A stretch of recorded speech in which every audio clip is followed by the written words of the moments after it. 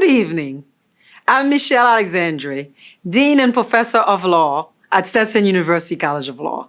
I'm extremely honored to welcome all of you tonight to the 2021 Stetson Law Hall of Fame induction ceremony. First, I would like to thank everyone for playing an important role in creating the remarkable legacy of Stetson Law. We've been preparing leaders and lawyers for over 120 years, and today we are among the top in the nation for our advocacy and legal writing programs. Since 1980, our advocacy teams have won 5 world championships and 81 national championships. Our students continue to amaze and inspire us through their hard work and dedication in trial competitions. These achievements are the result of the people at this institution striving to do incredible things. Tonight, you will hear about 2 people who have spent their careers, indeed their lives, achieving outstanding things. We are exceptionally proud of each of them and of their contributions to the Stetson Law legacy. First, it is my privilege to welcome Stetson University President Christopher Wilkie to talk with you about what makes Stetson so important to all of us here tonight. As president of Stetson University, I welcome you to our Hall of Fame induction ceremony at Stetson Law. Since 2004, the College of Law's Hall of Fame has been recognizing the outstanding members of the Stetson Law community for their commitment to their profession and for their contributions to our community. This sense of giving back to the community from which they were born is one of the hallmarks of a Stetson education, whether at the College of Law or here in DeLand. At my inaugural ceremony on November 6th, I offered my thoughts about what that ceremony really meant, and I offer some of those remarks here because I think they are appropriate for what we are gathered for. Here's what I said. Today is about reaffirming our collective commitment to improving the human condition. Today is about unleashing the fullest of our intellectual and emotional capacities to help solve our communities and our society's most pressing challenges. Today is about capitalizing on opportunities to promote the very best forms of higher education in America. Today is about our Stetson students and how we provide an especially vibrant and important form of education at our university. An education that is respectful of and attentive to individual differences. An education that embraces multidisciplinary and interdisciplinary study of the arts, sciences, humanities, business, music, and law. An education that is committed to bridging any perceived or real gaps between theory and practice. Today is about focusing our collective energies to help our students to learn, to grow, and to reach their full potential as informed citizens of local communities and the world. Today is about equipping our students with the skills and dispositions required to lead society judiciously to good ends. So, as we come together today to honor 2 great individuals, we must remember their greatest achievements were their contributions to our society, their profession, and their families. They did, in fact, reach their full potential as citizens of their communities and the world. I offer my congratulations to the family, friends, and colleagues of tonight's inductees.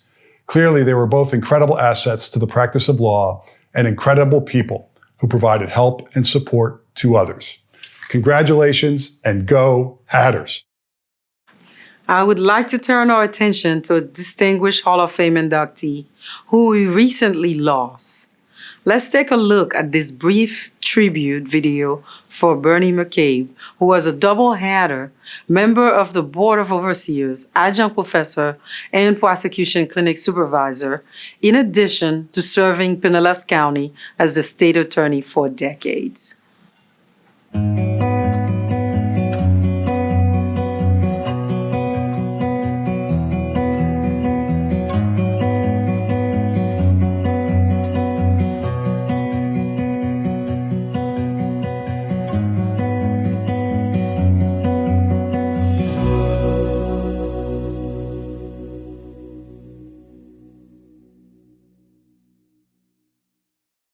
Hi, this is Dennis DeVlaming speaking. I'd like to tell you that 53 years ago, I was a freshman student at Stetson College of Law. It was a small class. There were only 3 women in my class. And there was a fella that ultimately I came to know. He was not from my state, but we did go through the war together, so to speak. And that's Bernie McCabe. Bernie and I were freshmen. And we looked around and looked at each other and looked at the other students and wondered who was going to make it to the end. Well, I'd like to be proud to say that both Bernie and I did make it. We were in the first prosecution clinic together, and we became assistant state attorneys together. When we graduated in 1972, Bernie and I both had obligations with the military to go through branch training, and we did. And then we came back and we prosecuted together. And we really enjoyed each other's company. I mean, it was something that we respected each other's ability, and it came to the point where we were friends, and he's been a house guest of mine, as well as his beautiful wife, Denise. So what we did was we kind of went through our careers together, 53 years. The difference is, of course, he was a prosecutor, a career prosecutor. I prosecuted for a little over 3 years and then started my own practice. So we were pretty much adversaries, I suppose, most of our career, but it didn't mean that we were angry toward each other. We got along. Bernie always listened to me, didn't always give me what I wanted, but he always gave me an audience, always listened, and I would say the majority of times it worked out. So we were colleagues, and we were professional attorneys against each other, but most of all, we were friends. And I count Bernie McCabe as a good friend of mine. And I will just close by saying, even though they were on opposite sides of prosecution and defense, it reminds me of something that was once written by Rudyard Kipling in The Ballad of East and West, when he said, East is east and west is west, and never the twain shall meet, till earth and sky stands presently at God's great judgment seat. But there is neither east nor west, border, breed, nor birth, when 2 strong adversaries stand face to face, though they come from the ends of the earth. I would like to say to Bernie's family, my condolences, and I would like Bernie, in all respects, to rest in peace. Thank you. And now, I'm thrilled to honor 2 individuals tonight whose service to Stetson University College of Law, leadership in the legal profession, and service to the community has spanned decades. It is a privilege to celebrate this year's inductees. Our first inductee is Paul May. To help us celebrate Paul May's outstanding accomplishments, I would like to introduce Mitch Shermer, Stetson Lawyers Association Advisory Council President, followed by Dean and Professor Emeritus Bruce Jacob. And now, let's hear from Mitch Shermer. Good evening. My name is Mitchell Shermer, and I'm a 2015 graduate of the College of Law and the president of the Stetson Lawyers Alumni Association's Advisory Council. It is my distinct honor to introduce you to one of tonight's distinguished inductees who will be forever enshrined among the College of Law's strongest supporters and advocates in the Hall of Fame. Paul M. May. Paul, a 1980 graduate of the College of Law, decided early in his career that service to Stetson was of the utmost importance. While a student, Paul served as the Student Bar Association president, a role that allowed him to advocate for his peers and foster the leadership of the next generation of Stetson lawyers. Paul's work on behalf of the student body set the table for the next generation of student leaders like me to be effective SBA presidents and to put the interests of the student body at the forefront. After Paul's graduation, he identified a lack of alumni engagement in the affairs of the College of Law as a challenge that needed to be addressed and sought out to enact a change. Working closely with others, Paul redesigned the Alumni Association to better serve both alumni and the institution. The state of Florida was divided into alumni districts. 3 additional out-of-state districts were also identified. Paul attended many of the district events himself and hosted several events in South Florida. Paul's work led to increased alumni engagement and gifts. In many respects, Paul was the architect for our modern alumni association. Today, we have chapters throughout the state of Florida and active alumni groups in Washington, D.C., New York City, and Atlanta. Our alumni association is thriving with engaged alumni involved in the affairs of the College of Law who are dedicated to its betterment and growth, all thanks to the commitment, vision, and efforts of Paul May. Nearly 11,000 strong and living across the country and around the world, from courtrooms to boardrooms and in state legislatures, our alumni association owes Paul a tremendous debt of gratitude. While Paul is no longer physically with us, his legacy lives on at the College of Law. The Stetson Lawyers Alumni Association Paul M. May Meritorious Service Award, dedicated by the College of Law to honor Paul's legacy and his commitment to bettering the College of Law. The award recognizes an alum who has shown continued support of the Alumni Association and the college through contribution of time and gifts. The award is presented annually during the Stetson Alumni Reception at the Florida Bar Convention. For all of these reasons, and those you will hear about in just a moment, Paul May has earned his place in the Stetson University College of Law Hall of Fame. Congratulations to Paul and to the May family. I met Paul May in the fall of 1981. I had just become dean of the law school. He had graduated a year or two earlier. We met in DeLand at the annual law school alumni breakfast. I liked him immediately. He was just a great guy. When the meeting had ended, we were all standing around talking with each other. There was a piano in the room, so he went over to the piano and began playing and singing popular songs and hymns, and soon everybody in the room gathered around him. There were 15 or 20 of us gathered around him, singing these songs with him, and it lasted about 20 minutes. I later learned that he was trained as a concert pianist and organist. He was a terrific musician. He became an exceptional lawyer, a very good lawyer. He and I were both concerned that the law school had that only one alumni meeting each year up in DeLand.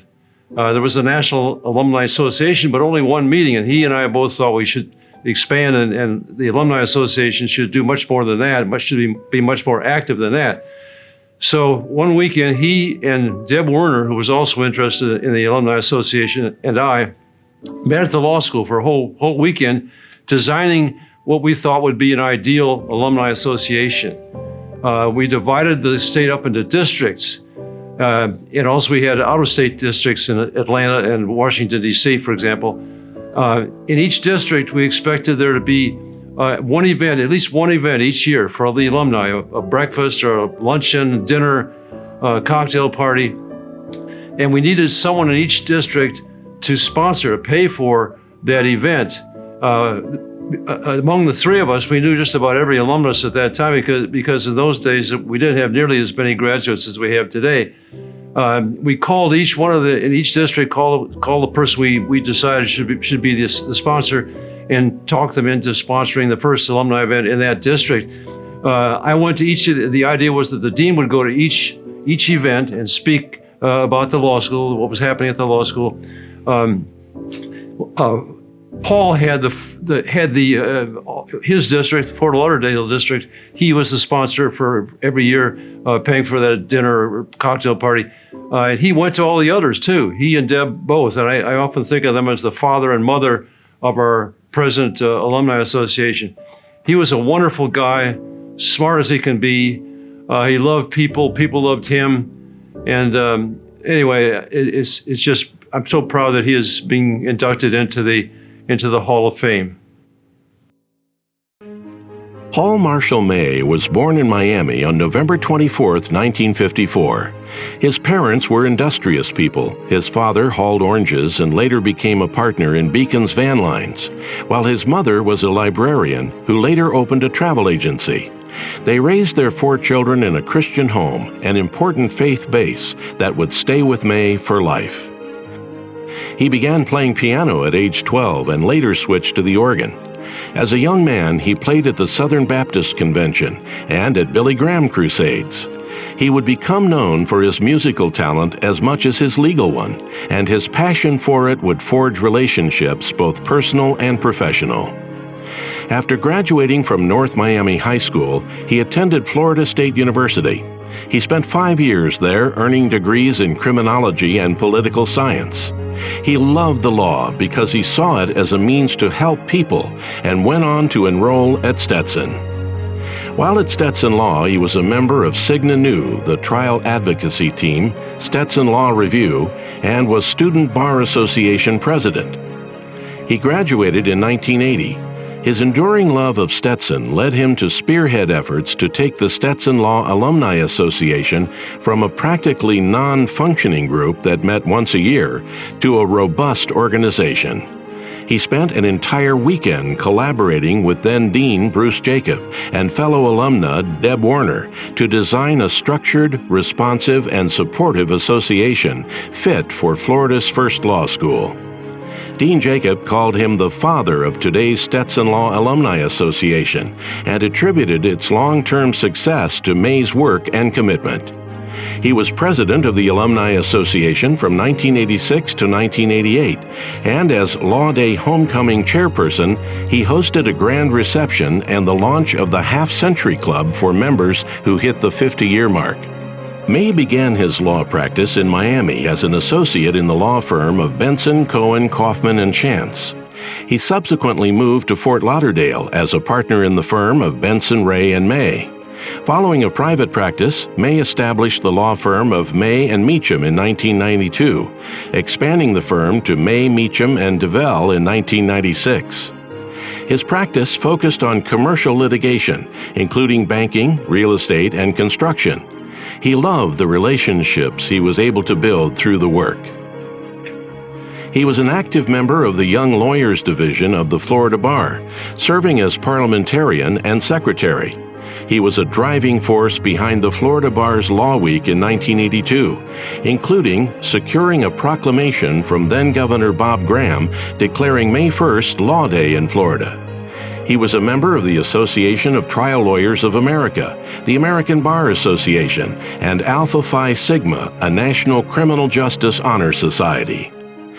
May's devotion to the law and Stetson, though great, could not outshine that to his family and church. He met his wife Lisa while the two attended FSU, and they married in 1984. They would go on to have 4 children, Amanda, Molly, Houston, and Paul Marshall Jr., who followed in his father's footsteps by becoming a Stetson lawyer. He was an intentional, devoted father, so much so that he made the strategic decision to never live more than a 5-minute commute from work. That way he could be home for dinner and to help put the kids to bed and return to the office later if work called. He was active as a member of the First Baptist Church of Fort Lauderdale, being ordained a deacon and serving in numerous capacities, including trustee, chairman of the deacons, and choir president. He naturally chaired the organ selection committee and played a vital role in choosing the instrument that would befit the church he loved so dearly. He tirelessly contributed his musical talent to not only First Baptist Fort Lauderdale, but other churches throughout the state. May also served his community as the Bethany Christian School attorney and as a member of its board of directors, as well as volunteering with the American Cancer Society, Community Service Council, and Family First, a nonprofit organization based in Tampa dedicated to strengthening families. Stetson Law created the Paul M. May Meritorious Service Award, designed to be bestowed on alumni who showed continuous support to Stetson Law through contributions of time and gifts. Past recipients include the late Bernie McCabe. The Broward County Bar Association also created an award in his memory. The Paul May Professionalism in Practice Award is an annual recognition bestowed on a Broward County lawyer who exemplifies the ideals of professionalism, ethics, integrity, courtesy, credibility, preparedness, and zealous advocacy, combined with civility in day-to-day practice. May accomplished more professionally and personally in 44 short years than most people do in a lifetime. He passed away on April 2, 1999, following a battle with cancer. Despite the sometimes contentious nature of the legal world, May had an amazing gift to be able to build consensus and to make sure all parties felt seen and heard. He loved well, was well loved, and lived with Jesus in his heart. The words of Henry Wadsworth Longfellow encapsulate May's legacy. Lives of great men all remind us we can make our lives sublime and, departing, leave behind us footprints on the sands of time. Paul Marshall May, who led with an attitude of service, humor, and genuine care for his fellow man, is now a member of the Stetson University College of Law Hall of Fame.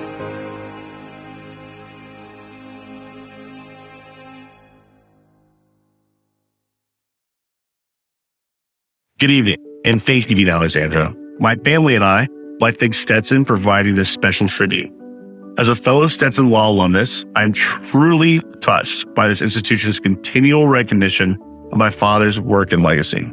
After graduating Stetson Law in 1980, my father became very active in the Alumni Association, serving as its president from 1986 to 1988. I know I can speak for him in saying that his most fond memories from that time would be spending time with his fellow Hatters, none more so than his dear friends, Dean Bruce Jacob, Ted Eastmore, and Bill DeBell. Michel de Montaigne once said that the value of life lies not in the length of the days, but in the use we make of them. Nothing could describe my father's life more accurately than that. Having passed away more than 22 years ago at the age of 44, his legacy and memory live on. Not in some list of achievements, although there are more than I care to count, but in the lives that he touched. I can say this because seldom does a week go by that I do not meet a person who greets me with a tear. And when they speak of him, they don't speak of the lawyer, they speak of the man. That is why his memory is being honored again here tonight. On behalf of my father and our entire family, I'd like to thank Stetson University College of Law for including him in this year's honorees and inducting him into the Hall of Fame. Congratulations to the new Hall of Fame inductees, an accomplishment well deserved. Our next inductee is Judge Thomas McCown. To help us present Judge McCown's incredible career, I would like to introduce Judge Anthony Porcelli. While Judge Anthony Porcelli, now a federal magistrate judge of the United States District Court for the Middle District of Florida, was attending Stetson Law, he participated in the federal judicial externship. At the time, Judge McCown was his mentor. Subsequently, they were colleagues on the bench. It is my great honor to introduce Judge Anthony Porcelli. Thank you, Dean Alexandri. I am honored to introduce into the Stetson College Law Hall of Fame my mentor, colleague, and dear friend, Judge Thomas McCown III. Tom's passing in August of 2019 was too soon for all of us. So I am deeply grateful for this opportunity to remember someone whom I loved and cherished so much. I want to first thank Stetson University's College of Law for honoring Judge McCown by inducting him into the Hall of Fame, as his impact upon the Stetson community and the legal community at large is a rich legacy that is so deserving of such an honor. I am but just one small example of Judge McCowan's legacy, as he had been a guidepost for me over the years, both personally and professionally. You see, Judge McCowan began his judicial career as a magistrate judge in the Middle District of Florida in February 1994. And as fate would have it, just 3 years later, in 1997, as a student participant in the Stetson's Federal Judicial Internship Program, I was assigned to work as an intern in his chambers. I was exceptionally lucky to be randomly assigned to work with Judge McCowan, because I am certain that my time with Tom unquestionably laid the foundation for my career path to eventually become his colleague and friend on the federal bench. Now, Tom loved teaching, as was demonstrated by his dedication to routinely teach Sunday school at his church. But in addition to teaching, Tom truly loved the law. So naturally, Tom loved teaching as an adjunct professor over the many years at Stetson, where he was truly beloved by his students. Tom felt it important to give back to the Stetson community and to have a true impact on future lawyers. He certainly did both in his role in Stetson's Federal Judicial Internship Program. Since its inception many years ago, Tom had enriched the careers of countless Stetson Law students. The internship program was one of a kind when it was first started, and Tom was so pivotal in its success. Naturally, Tom exhibited the finest qualities of those expected in the legal community, but he did so not because he was a lawyer or a judge. Rather, he did so because that is just simply how he lived his life. As one of Tom's dearest friends, Jack Hellinger, stated, at his judicial investiture, Tom was the hardest working and most dedicated attorney he has ever known. And Jack should know, as he was Tom's classmate both at Georgia Tech and at law school at Stetson, and then his colleague at the state attorney's office, and then later his law partner for approximately 9 years. Jack observed firsthand as Tom became very well known for his pro bono appellate work on death row cases.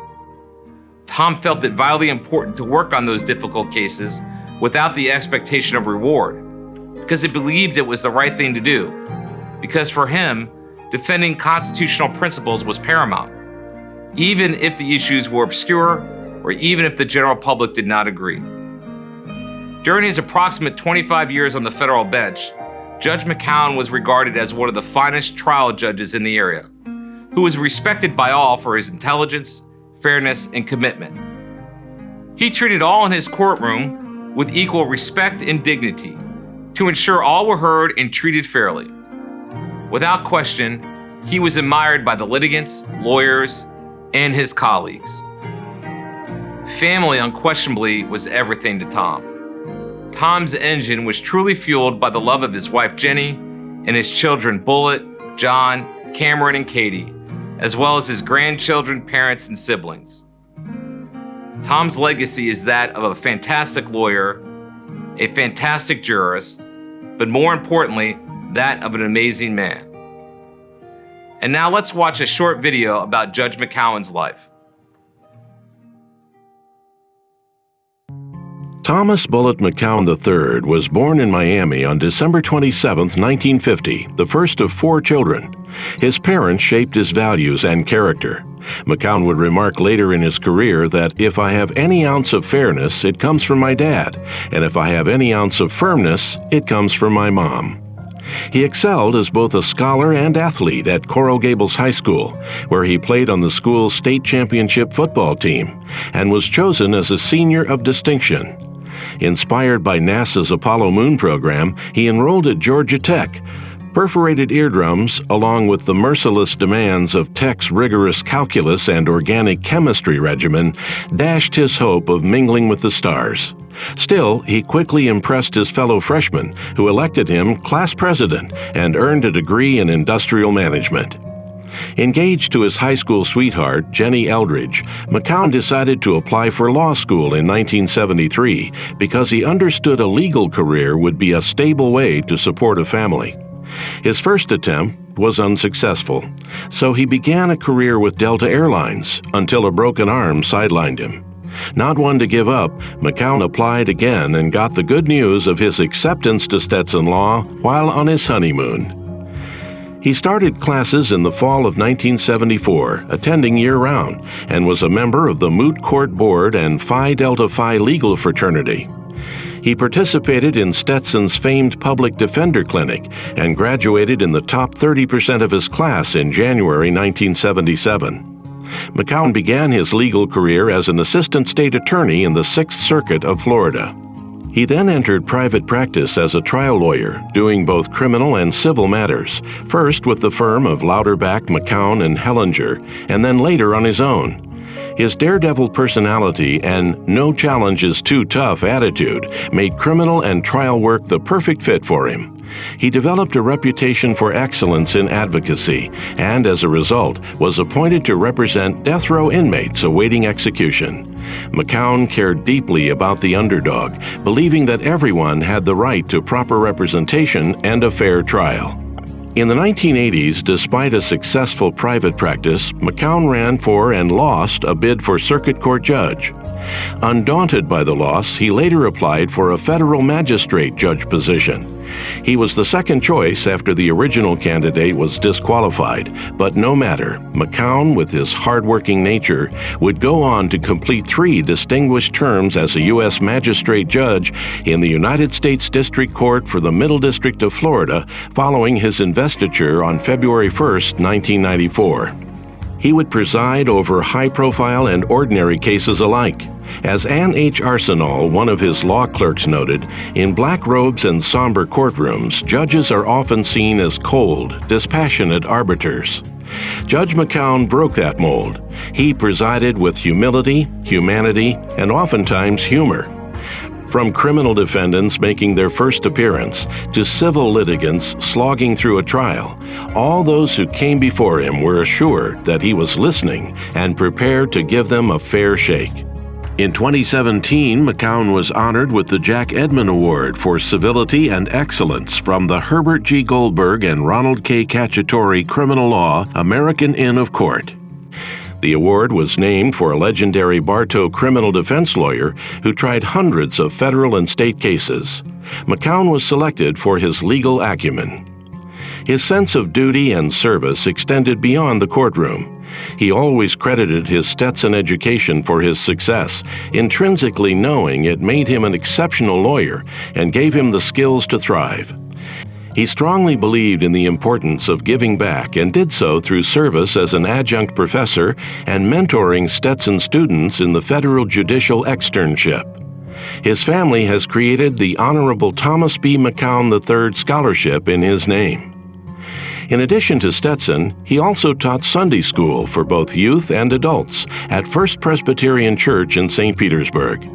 He was a dedicated member who participated in the building of homes for Habitat for Humanity, several mission trips with church youth, and preparing meatloaf dinners for hundreds of homeless individuals at the local nonprofit Pinellas Hope. McCown's long career of service to others, he would tell you, was not his proudest legacy. Instead, he would point to his family, which included his wife Jenny, their children Bullitt, John, Cameron, and Katie, and grandsons Bodie, Knox, Tyler, and Eli, also known as Grandpa Tubby's wingmen. He was the ultimate homework father, lawnmower, and house painter. McCown finished 3 full terms on the bench and was still on active recall status to serve as needed when he died on August 27, 2019, after living 13 years with cancer. He was an avid reader who also enjoyed outdoor activities such as biking, skiing, running, and travel. In his final year, McCown took Jenny to France for their 45th wedding anniversary, attended his 50th high school reunion, and enjoyed a family trip to Shebig Island, Maine. A special resolution written by his judicial colleagues noted, "Much too soon, a tightly knit family lost a loving husband, father, brother, and grandfather, and the citizens of the Middle District of Florida lost an eminently fair and able magistrate judge who served his community for 25 years with unwavering dedication to the fair administration of justice. Those who worked alongside this remarkable man lost a cherished friend and mentor." In his high school yearbook, Senior of Distinction McCown quoted a Bible verse from Proverbs 27:17. Iron sharpeneth iron, so a man sharpeneth the countenance of his friend. It is a principle aptly descriptive of how McCown left an indelible mark on all he encountered, just as those he experienced left their marks on him. From tenacious trial lawyer to scrupulous judge and dedicated teacher, he had an outstanding legal career. His devotion to the law and Stetson was surpassed only by that to his family and church. He was a good person, a good lawyer, a good judge, a good friend, and a good family man. Thomas Bullitt McCown III was the epitome of a Stetson lawyer and is now a member of the Stetson University College of Law Hall of Fame. My name is Bullitt McCown. I'm the oldest of my father's 4 children, and I am joined here by his 4 grandsons, affectionately known as his wingmen, Bodie and Tyler Blank, and Knox and Eli Reeves. And on behalf of my mother, Jenny, who was married to my father for 45 years, my brother, Jonathan, and 2 sisters, Cameron and Katie, I would like to say thank you to Stetson University College of Law, and that I am truly honored to speak on my father's behalf. The fact that I am accepting this award on my father's behalf is a sad reminder that he is no longer with us, but I have felt a huge sense of pride, and I know my family shares it in being able to call Tom McCown our dad. If he were alive, I know he would be proud and humbled for this distinguished honor. As a family, we couldn't be prouder of our dad, whom we miss dearly. This sentiment reaches much further than just his immediate family. What makes his legacy so special to not only us, but to the legal community in which he served, his neighborhood, his church, and the courthouse, is that all who knew him miss and think of him often. Our family would like to congratulate Paul May and his family, this year's other inductee, for his career and service to his legal community. We also remember Bernie McCabe, whom my dad had a very good and personal relationship with. My dad had started his legal career as an assistant state attorney in 1977 with the State Attorney's Office of the Sixth Circuit. And that's where he formed his friendship and respect for Bernie. I'm sure they are having a good discussion over some wine in regard to the current legal system, the art of a trial lawyer, and college and pro football. May they both be smiling and resting in peace.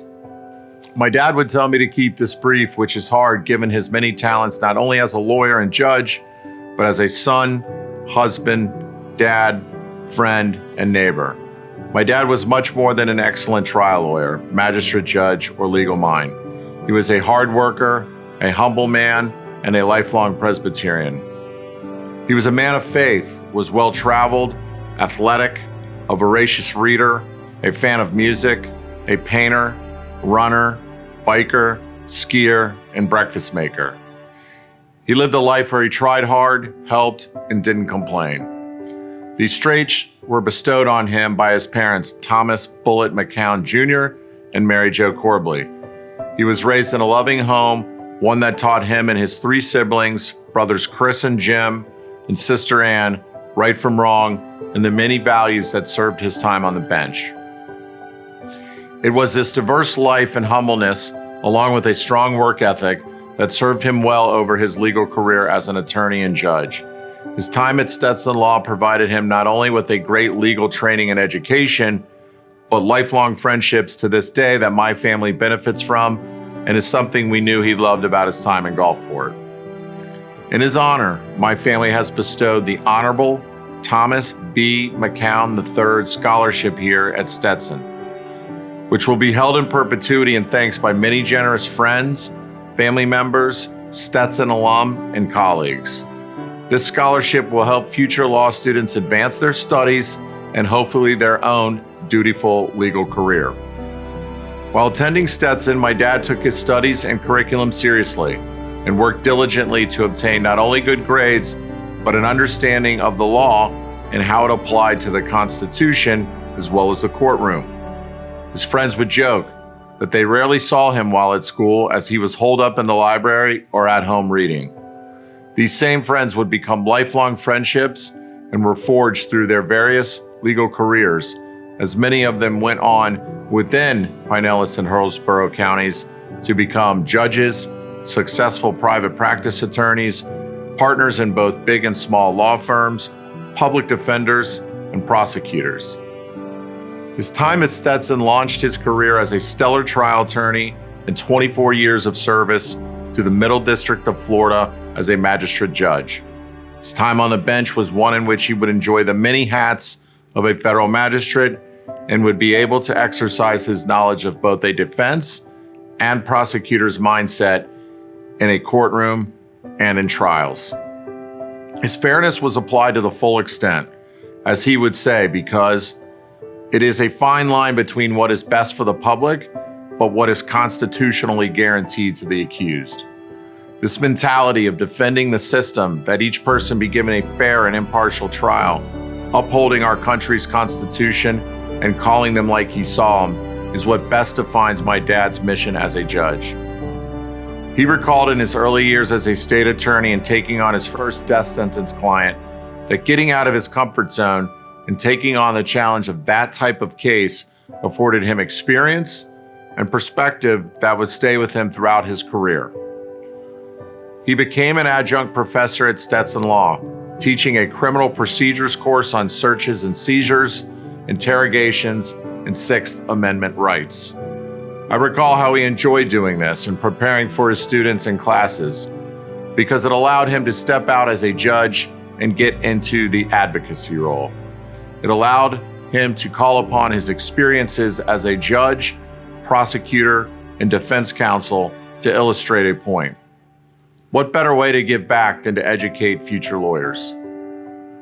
In closing, my father was a decent man who tried and worked hard in all his endeavors. He fought for the little guy and practiced law and presided over his courtroom with respect and humility for all parties involved. His title was probably something he was never truly comfortable with, but he was comfortable with and was particularly fond of the courtroom, as well as the thrill a trial lawyer could experience helping a client get the right outcome. His time in law school and the turn of events as a young lawyer upon graduating deeply impacted him and his career. However, it is his service, his friendship, and his love as a husband, dad, granddad, brother, friend, and servant to others that defines his true legacy. Thank you for your time and this opportunity to honor my family's dad and our mother's husband. Godspeed. Although it's only a small part of Judge McCown's contribution to Stetson and the broader community, his regular and active participation in the federal judicial externship at Stetson has made no small impact on our students and on the institution. The federal judicial externship gives students an opportunity to spend real time in a federal judge's chambers. Not only do they get to witness other lawyers and judges at work and interact with them, they get research and writing experience like you would as a clerk to a federal judge, and they get the mentorship that only that kind of close relationship with a legal professional can provide. Judge McCown was the pinnacle of that experience throughout his time working with us at Stetson. We are thrilled that we were able to establish a scholarship in his name to be given to students participating in the externship, and that the first award will be given this spring. There's no way to underestimate Judge McCown's contribution to the externship and to Stetson at large, and for that we will forever be grateful. Thank you again for joining us for this important ceremony tonight. We are eternally grateful for these distinguished Hall of Fame inductees and the profound impact they continue to have on Stetson University College of Law. A special thank you to President Wilkie, Provost Penter, the members of our Board of Trustees, the members of our Board of Overseers, our alumni, faculty, students, and staff who continue to make Stetson University College of Law a vibrant, nationally recognized leader in legal education. Please join me as we thank all of the people behind the scenes of the 2021 Hall of Fame. Good night, everyone. Be safe and be well.